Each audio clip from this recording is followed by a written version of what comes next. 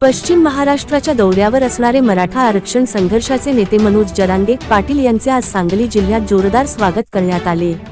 बोरगाव तालुका वाळवा येथे झालेल्या जाहीर सभेला परिसरातून हजारो नागरिकांनी मोठी गर्दी केली होती। ढोल ताशांचा गजर, घोषणांचा दणदणाट आणि जेसीबी मधून फुलांची उधळण करत जरांगे पाटलांचे जंगी स्वागत करण्यात आले। जरांगे पाटील यांच्या स्वागतासाठी नागरिक अक्षरशः रस्त्यावर उतरल्याचे चित्र पाहायला मिळाले। युवकांमध्ये प्रचंड उत्साह तर मराठा बांधवांमध्ये आरक्षणाच्या मागणीसाठी मोठा जोश पाहायला मिळाला। दरम्यान बोरगावच्या सभेत जरांगे पाटलांनी सरकारला पुन्हा एकदा निर्वाणीचा इशारा दिला। मराठा आरक्षणाच्या मुद्द्यावर सरकारने मराठा समाजाची फसवणूक करू नये।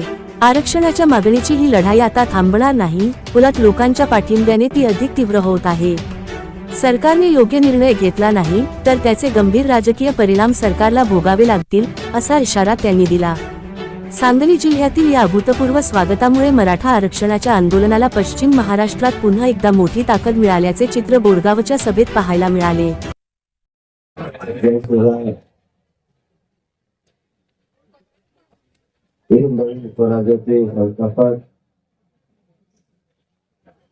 राजे छत्रपती शिवराय यांना वंदन करत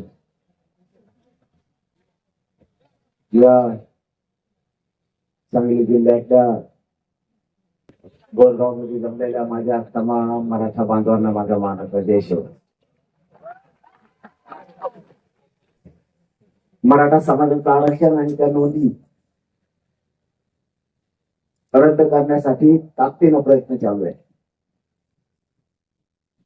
आता घोडदौड सुरू झाली, कोण खरा आहे कोण खोटा आहे। एकनाथ शिंदे साहेबाला त्यांची बाजू सावरून न्यायची आता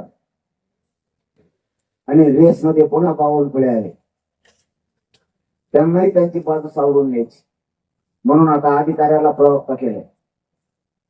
आता अधिकाऱ्यांनी सुरू केलंय, नोंदी रद्द केल्या नाही मग प्रमाणपत्र रद्द कसा झाला म्हणून मीडियात बातम्या आल्या।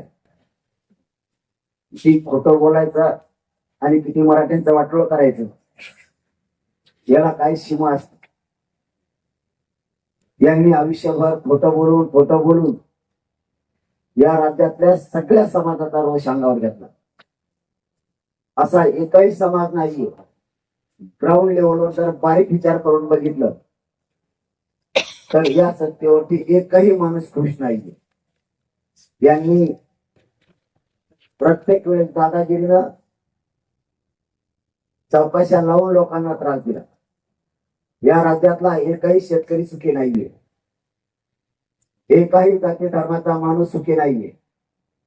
ना इथं ओबीसी सुखी आहे, ना दलित मुस्लिम सुखी आहे, ना मराठे।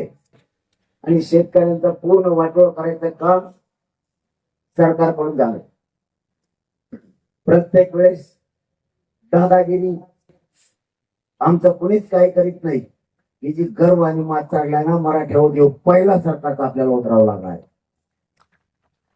याशिवाय आपल्या पुढे गत्यंतरच नाहीये।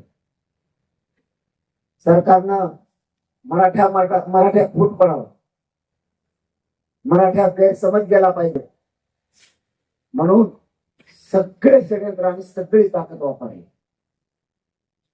पण या गोरगरीब मराठ्यांच्या लेकरांच्या कल्याणासाठी मी या मराठा समाजाच्या लेकरांचा कधीच वाटोळा होऊ दिला नाही। प्रत्येक डाव आतापर्यंत सरकारचा उधळला, मी शेवटचा होता तो पण उधळून लावला।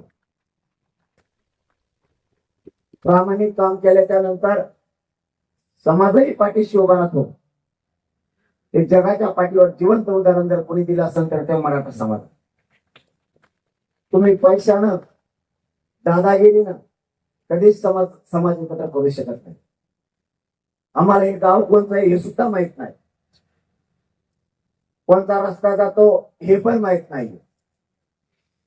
तरी पण इतक्या लांब पर्यंत पश्चिम महाराष्ट्रातल्या कोपऱ्यातला मराठा समाज जर एक होत असेल तर मराठा समाज 100% एकला।